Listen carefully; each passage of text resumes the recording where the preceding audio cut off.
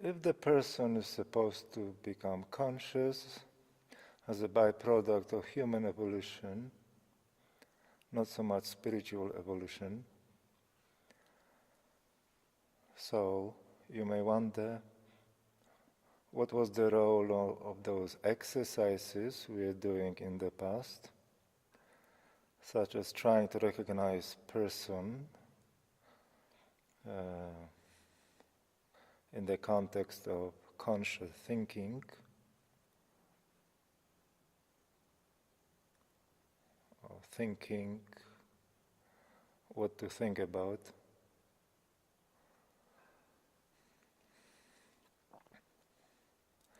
Well, the primary objective of these exercises was to become conscious of that which is already present.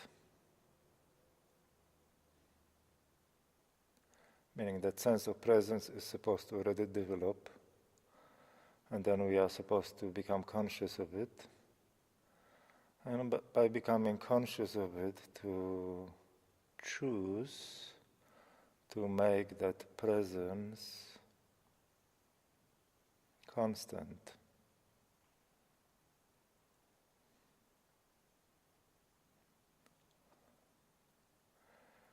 But I doubt that if one failed to develop presence in the person at all, that these exercises would help much.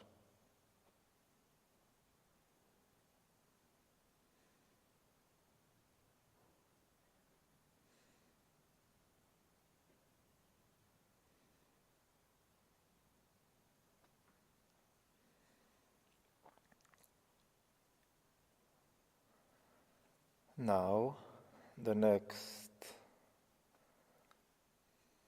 subject is activating emanating intelligence and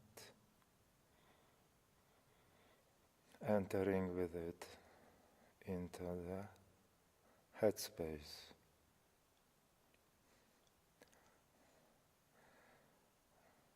If you follow the online retreat, you may be aware that I presented recently an alternative viewpoint or perspective on the spiritual evolution. And I called it conscious incarnation, meaning that even though it may not sound that grand, so amazing, like, reaching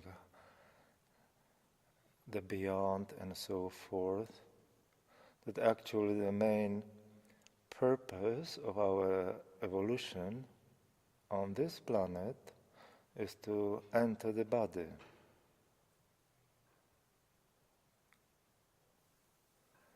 Because the body is the cradle of the self in us. It is the temple of self. To realize that self, we need to enter that temple, which is our body. That concept, to understand that concept, one has to understand the fact that we are not in the body, which means that our true self, which is the person, is not in the body. We are connected to the body through the nervous system, psychosomatic intelligence, but we are not in the body. The person is occupying only a very small portion of that body, which is the front of the head. And even that space he is not really occupying, because he commonly does not have identity. He is not really owning that space. He is just somehow lost there in the mental reality. But even when he becomes conscious, he's just occupying a very small portion of the head of our physical body. That not even the whole of the prefrontal cortex, but just a very tiny space inside that prefrontal cortex. And he has to eventually enter the body. He has to incarnate consciously into the body.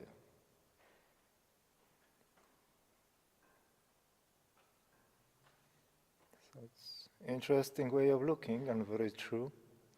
We have not really incarnated. We have incarnated just a tiny bit.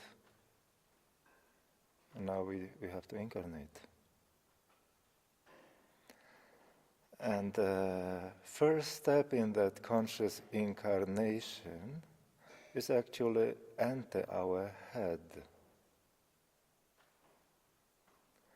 So realization of consciousness is actually entering the head. Person entering the head.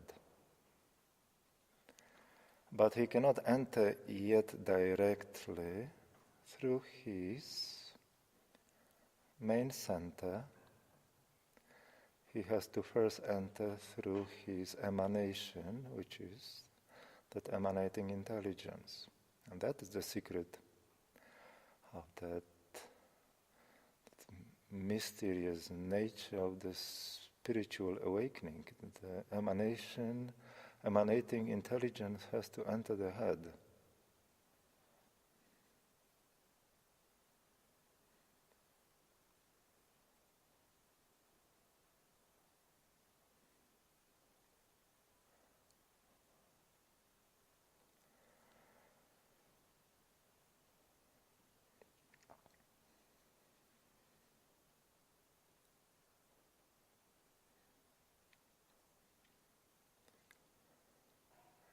So let's assume that the person is conscious of himself, relatively internalized.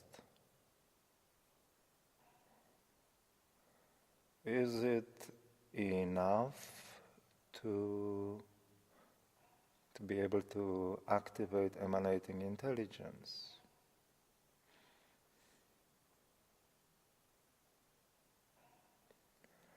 There's another learning curve here.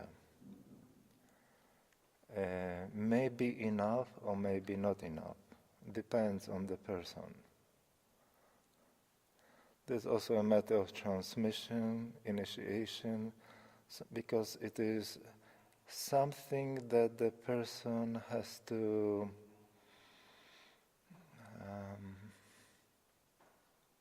develop in the course of his following evolution.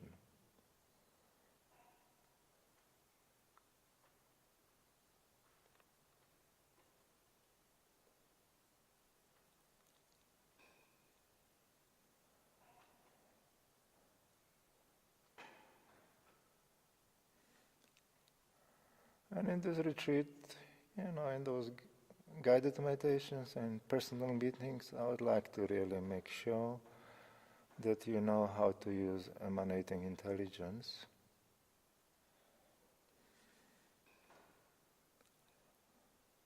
It's the highest art, the art of awakening.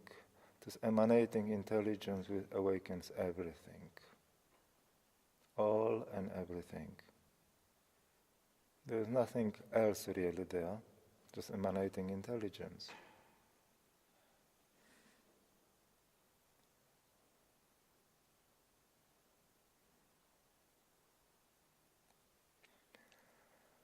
But that intelligence needs to be guided, because let's say that someone is completely new to spiritual path. Such person does not really know where to look or what to do. Needs to be guided. Certain information needs to be given to the person, so he directs this emanating intelligence to the right place.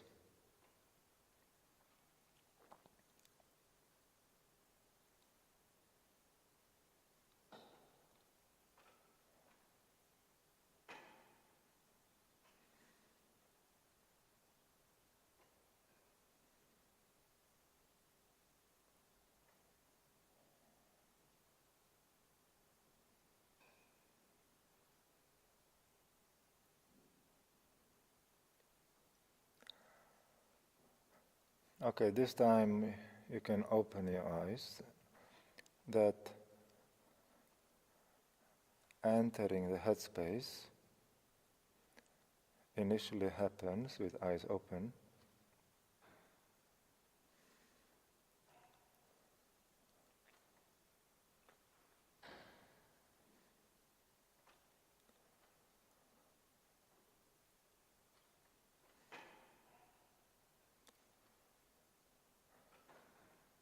Step number 1, you are conscious in the person.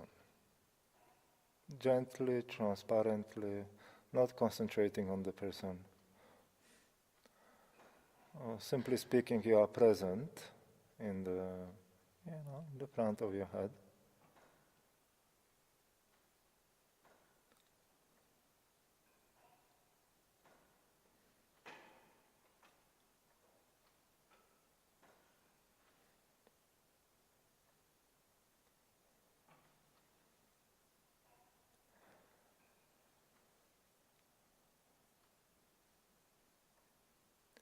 And now your intention is simple, to expand, to fall towards the back of your head.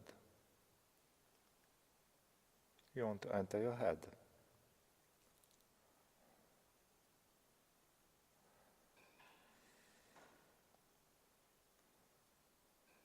But what is entering there?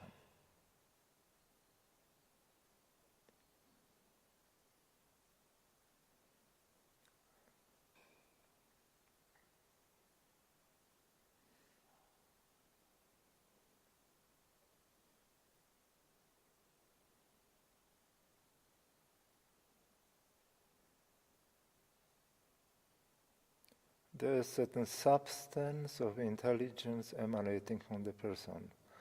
And it's very subtle. And it's not just an attention. We used this term pure attention, which is an okay term, but it's a little bit misleading. Because when you say attention, it's more like paying attention to something, or directing attention to something. But there is here that substance, which is, that substance itself is a substance of self, and it has a quality of pure subjectivity in itself. It's a precious substance that emanates from the person towards the back.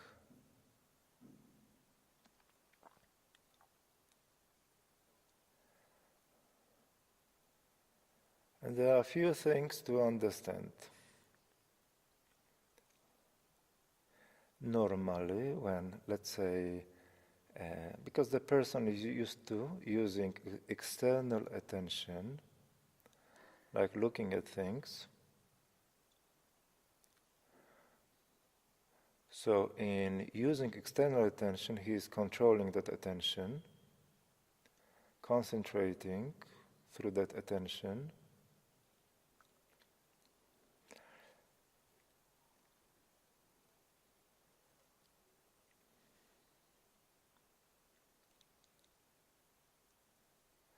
But in emanating intelligence, if he tries to control it in a usual manner,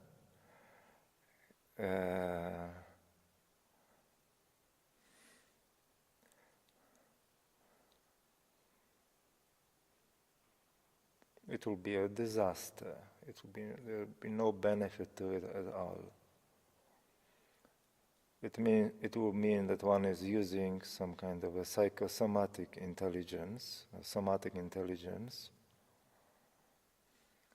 and that intelligence is incapable of creating space of pure subjectivity at all. So one basically over-concentrates and develops headache, and keeps struggling. No use to such practice.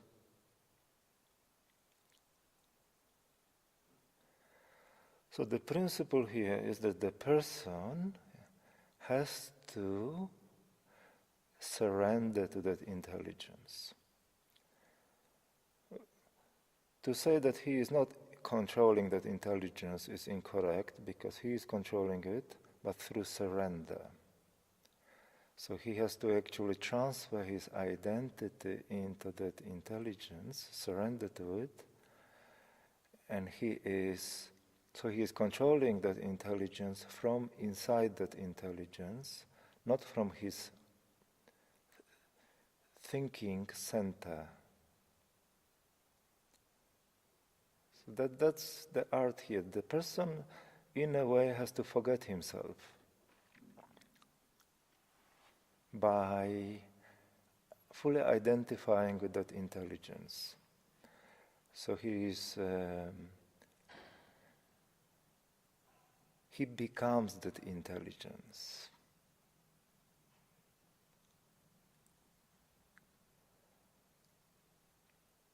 While still remaining, and here is the tricky part, that he is still conscious in his center, but in a very inconspicuous way. We call it transparent.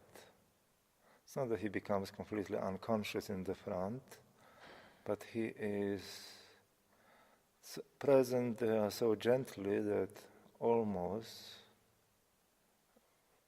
forgetting himself.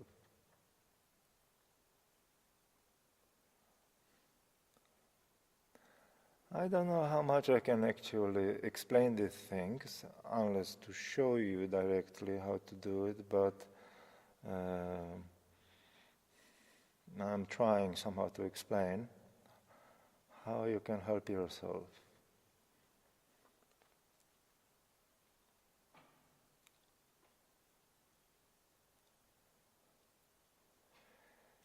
Emanating intelligence is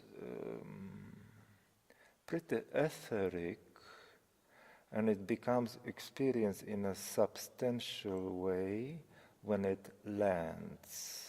It needs to land in the right place. In this case, it has to land at the back of the head, because when it lands, it creates pure subjectivity. The generic term is emanation subjectivity.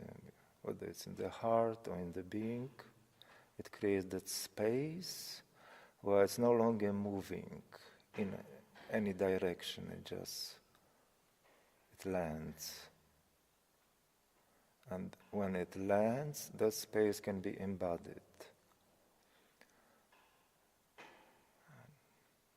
Of course, the one who is embodying that space is the person. But he is embodying that space via transferring his identity, not directly from his center of the thinker. I hope it makes sense. So, anyway, you relax in the person, you relax in the seer, because seer is also the center there that's activated with eyes open, and you very gently but firmly fall towards the back.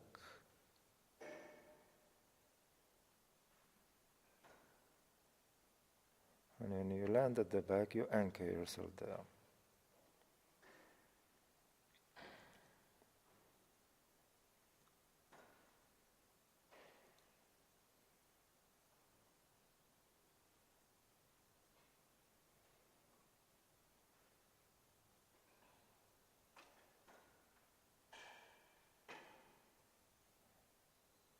And that's the initial practice, to establish the depth, to penetrate your head, to enter your head.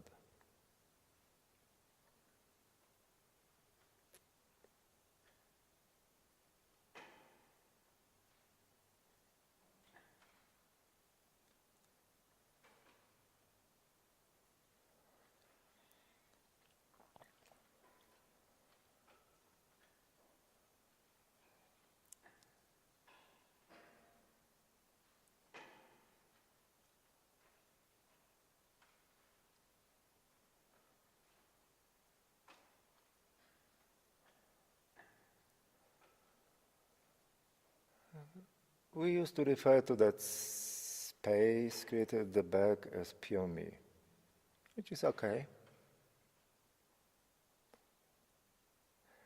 And I used to say it's a new identity. It's not really a new identity, it is a person expanded. It is new because it's a new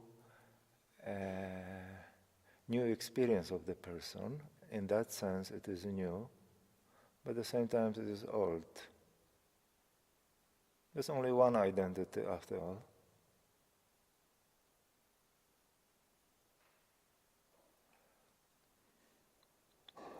We call it pure me because it is a me which is, it is a part of the person that has no relevance to the mind or personality. And that's why it's pure, it feels pure.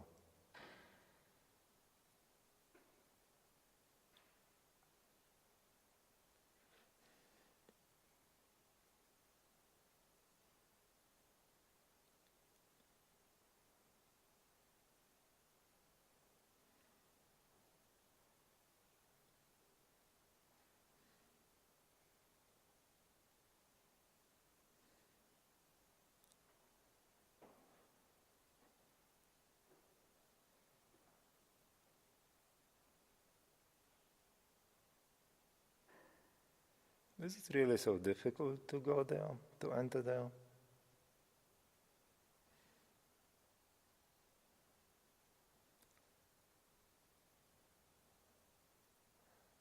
Part of the difficulty is that there is certain energetic transformation that has to take place. And the second is remembrance. The person forgets. It's the person which remembers. He remembers through emanating intelligence to keep that presence at the back. And the person is, even when he is conscious initially, he still is not conscious enough. He needs to develop. He needs to develop continuity of recognition. Part of his training of the person. That's why it takes some time to establish it.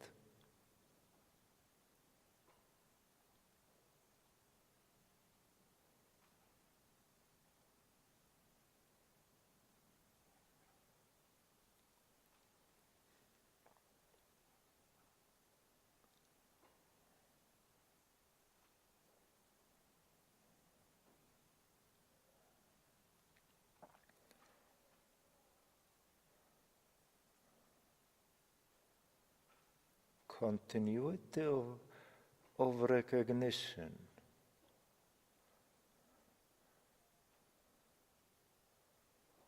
It's part of the evolution of consciousness. It needs to develop continuity of recognition. Because otherwise, it moves into states of unconsciousness, or it leaks into the mind, forgets itself in the mind.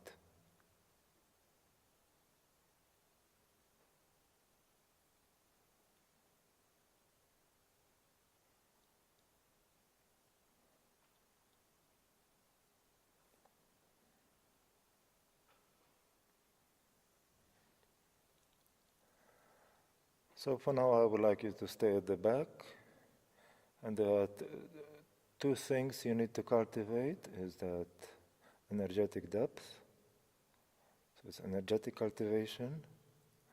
Second is the continuity of recognition.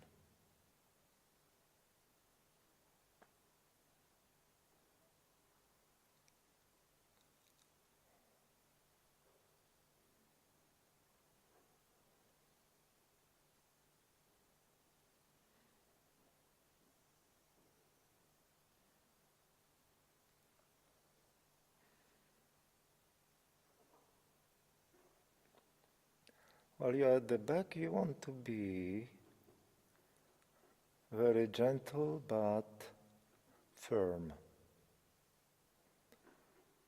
And the idea is that you want to experience energetically the state as natural as possible. So you don't over-concentrate. Natural means that you try to do as little as possible. Minimum doing, but enough so the state is being maintained.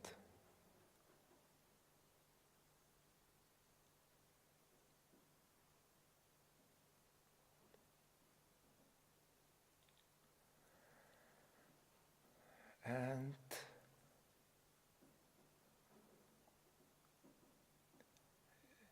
you need to feel yourself there. This is what I used to repeat in the past all the time, that you need to meet yourself there. What it means that you need to feel that space as pure subjectivity, an extension of the person.